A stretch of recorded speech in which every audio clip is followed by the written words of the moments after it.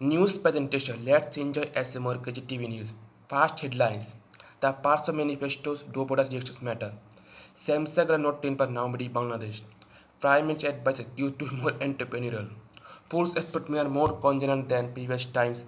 Chief Election Commissioner. Coronavirus sign to paper Bangladesh's treatment impacted. Assalamu alaikum. SMR Jet welcoming you all to news at 10 on SMR Jet TV. You have just heard the headline, moving on to the details.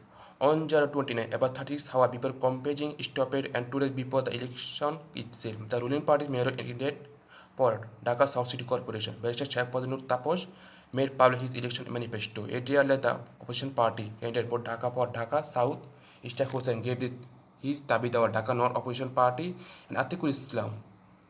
Dhaka North Awami League did somewhat better by making their manifestos public on January 27 and 26 respectively. We have two overall comments about the manifesto. First, the timing, and the second, the bundle of promise made.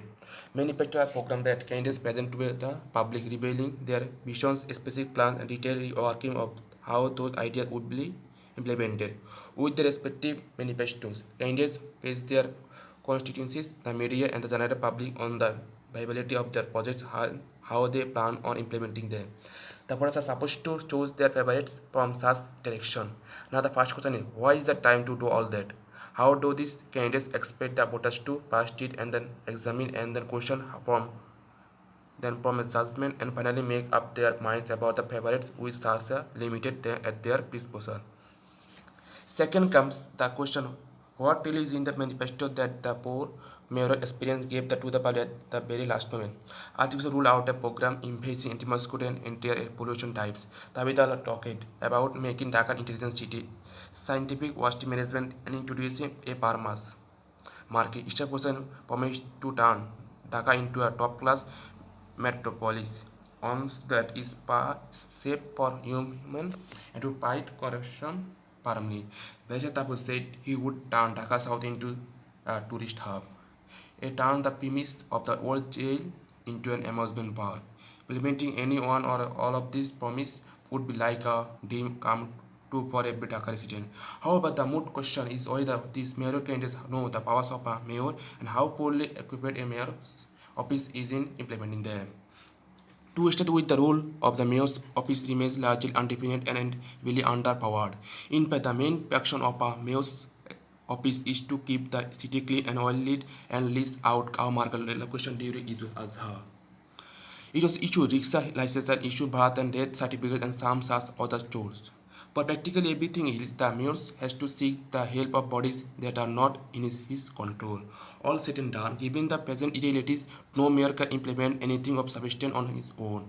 Much will depend on his ability to lobby with relevant bodies, which will only be effective if the Prime Minister gives her blessing.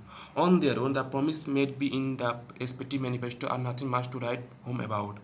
South Korean tech giant Samsung recently made Bangladesh soil with pride after it started manufacturing its flagship smart device Galaxy Note 10 Plus in its local plant, in a testament of the massive technological advancement of the country's mobile device assembly industry.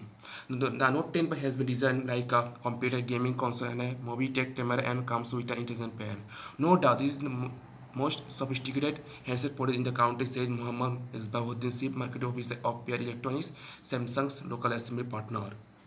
The first batch of local assembly Note 10 from Pear Electronics 58,000 square feet state-of-the-art manufacturing plant in Austin was delivered to the market in the first week of January.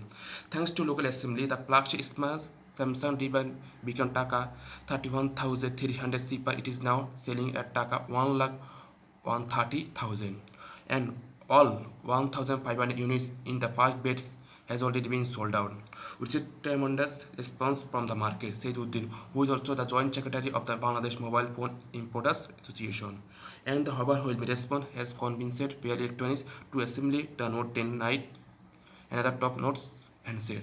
Pear Electronics, which started assembling Samsung handset last year, has so far churned out 20 lakhs units of 4G-enabled smartphones. Some 25 Samsung models of Samsung handset have been assembled in at the plant. We will now move to assemble more sophisticated handset models. Gradually, all the high-end models will be manufactured in our plant. The includes developing courtesy of a policy swerve is fiscal 2070 to 80, a good number of licenses were offered for mobile assembly plants. 9 have sprung up so far. PR Electronics is now assembling about 97% of all Samsung devices sold in Bangladesh and expects to suspend importing after March as its local plant is capable of meeting the domestic demand entirely. This year, the company is aiming to assemble 25 lakh units of smartphones. The company is now adding about 35% value to its products, and within the next few years, the value addition will go up to 45% as it plans to set up a PCB motherboard manufacturing system. The quality of the locally made device is in some cases better than that of the imported ones, said Muidur Rahman, head of mobile at Samsung Mobile Bangladesh. The quality is improved significantly, which is why we are offering 120 days of replacement warranty for the device. He added, Samsung is now talking with preparation to manufacture tablets locally. Fairlight is also manufacturing several models of Samsung home appliances such as refrigerators, air conditioner, microwave, and television in different units on the notching the plant's premise. Unit to manufacture washing machine is on the way too. Prime Minister Sheikh Hasina today advised youngsters to use their talents in creating employment opportunity and asked them to be more enterprising.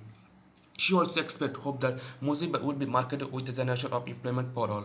Young people have to come up with innovative ideas to be more efficient and use their strengths to enhance the county's job market. A premier station will giving away the National Youth Award 2019 at her office.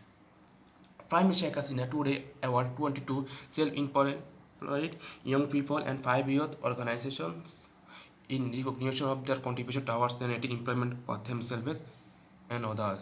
The premier also said many people still think that freelancing is not a job, despite their earning, and said that this mindset needs to be changed. She also assured of doing everything needed for the youth to flourish.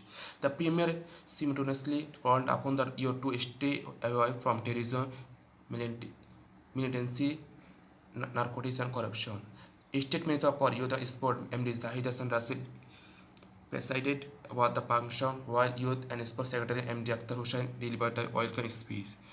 Director General of the Department of Youth Development Akhtaruzzaman Khan Kobir was also on these days.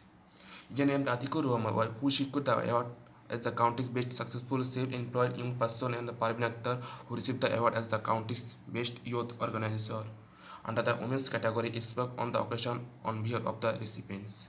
Atikur of Khalai Upazar in Jaipur Hat developed a fisheries and livestock farm after he was trained from the local office of the Department of Youth Development.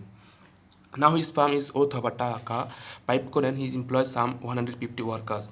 Chief Election Commissioner Kayam Nurul Huda today claimed that a more congenial atmosphere prevails ahead of the Dhaka North and South City Corporation election scheduled for February 1, citing reference to that of the previous election. A more congenial atmosphere for a free and fair election is prevailing compared to other times.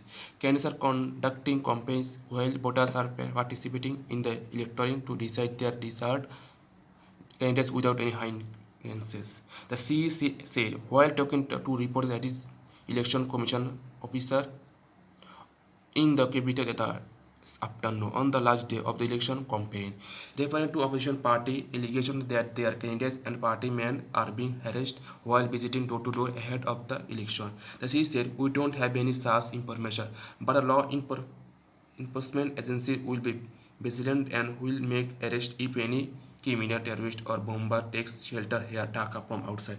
Season to the chair replied to a query. When asked about the rule of the Foreign Election Observers, he said there is a rule in this regard, and the observer will act according to the electoral law. There will be our contours so that the observers cannot go for any act beyond the electoral code of conduct, Nurul Huda said. Calling upon people not to come to Dhaka without any reason during the polls. Huda said, "I asked the law enforcement agency to keep vigilance in this regard and so that no unnecessary gathering takes place outside the polling center." The CC also called upon voters to leave the polling centers soon after casting voters at the respective centers. The Chinese government would bear the treatment cost of Bangladesh if they got infected with the coronavirus in China. Foreign Minister A.K. Abdul Rahman and said today, until today, a total of 370 Bangladeshis in Wuhan city of China have agreed to come to Bangladesh, he told reporters after attending the closing ceremony of the Bangladesh Development Forum at the city's Bangabandhu International Conference Center. However, 50 other Bangladeshis said it won't be good for the country if they are infected by the virus and return home. There might be some more who would like to come home. We repeated that as soon as the Chinese authorities allow, they are now in quarantine. Women said China has informed the Bangladesh it won't allow the Bangladeshi to leave before February 6 when 2 weeks of quarantine expires. He said Bangladesh has commercial plans with 490 seats and those can be sent to China to bring back the Bangladeshis. Asked if there were any plans for imposing a table ban, he said there was no such plan. So far, no Bangladeshi has been infected with the coronavirus. If anybody is found having symptoms, they would be kept under special observation in hospital. And the health ministry has already made the arrangement, he said. That's all from the news from the moment. Thank you for joining us and we invite you to watch our news. Until then, Allah Hafiz. Assalamu alaikum. Goodbye.